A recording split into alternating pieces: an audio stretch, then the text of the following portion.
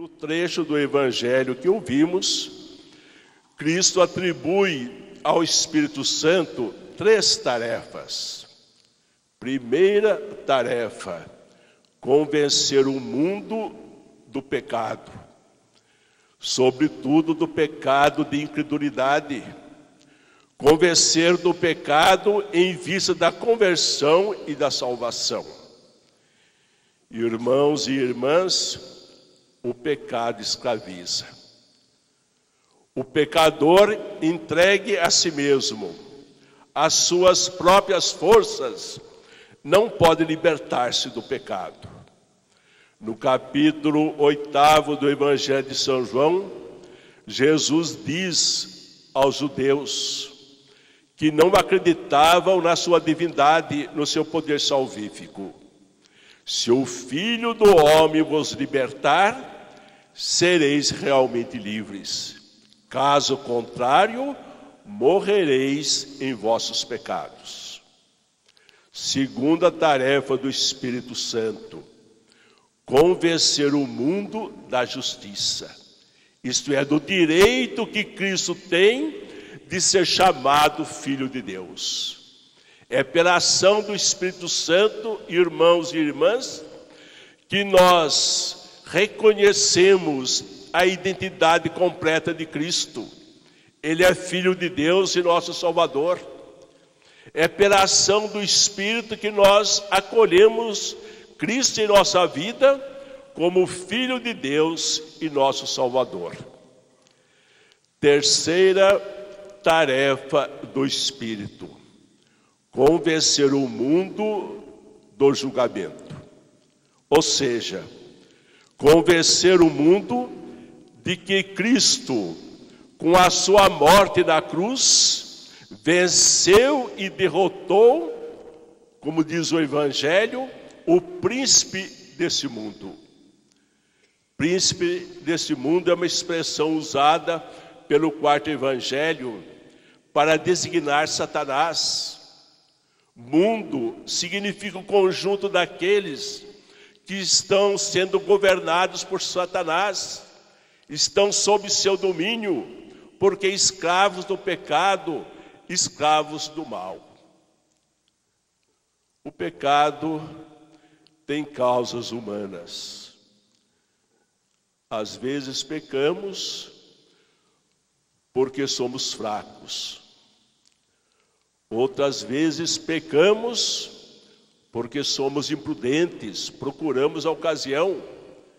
E às vezes ainda pecamos porque outros nos empurram ao pecado. É o caso do escândalo.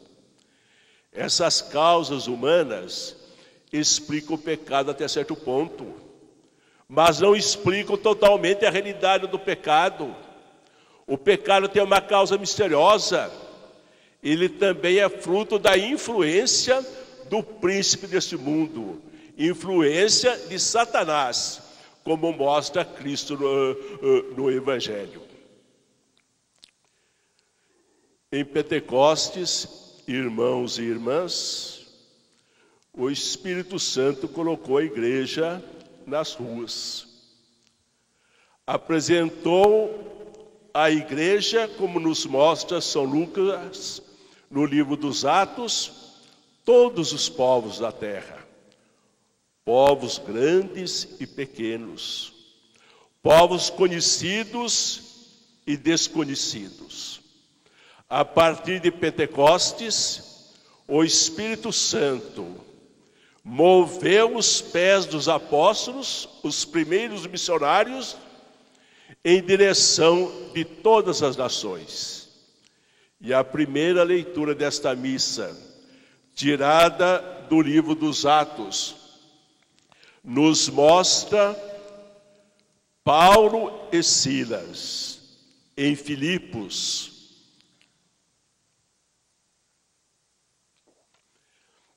cidade da Grécia Antiga, que estava sob o Império Romano. Paulo, o maior missionário da igreja, e Silas, seu companheiro de missão, são acusados de pregar uma doutrina nova, diferente das religiões pagãs. Com essa doutrina nova, Paulo e Silas prejudicavam o comércio de ídolos, o comércio de adivinhos, e por isso mesmo eles foram presos, açoitados com varas, e seus pés foram acorrentados em um tronco. À meia-noite, apesar do sofrimento, Paulo e Silas oravam, cantavam os louvores de Deus, e de repente manifestou-se a força do Espírito Criador. Os alicerces da prisão tremeram as grades da prisão, e as correntes caíram dos pés de Paulo e Silas. Ficaram livres para pregar. E ali mesmo, dentro da prisão, anunciaram ao carcereiro o querigma: Jesus é o único Salvador do mundo. Anunciaram o Evangelho. O carcereiro se converte e recebe o batismo com toda a sua família. Este fato mostra claramente que a missão da igreja enfrenta obstáculos, mas na força do Espírito Santo ela vence todos os obstáculos.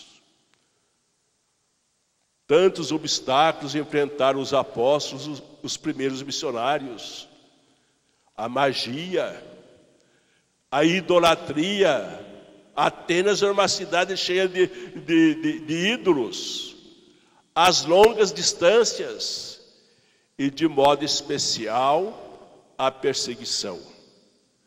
Também hoje, irmãos e irmãs, a missão da igreja enfrenta obstáculos: o secularismo, uma visão da realidade que precisa de Deus, da fé, o indiferentismo religioso, o relativismo que quer colocar todas as religiões num denominador comum, como se todas fossem iguais.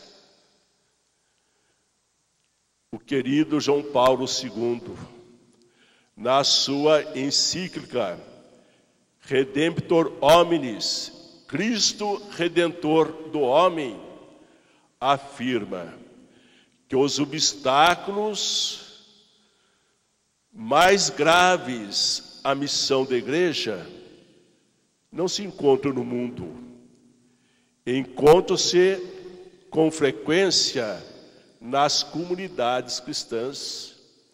O cansaço, o desânimo, a falta de alegria e esperança ao anunciar o Evangelho, as divisões.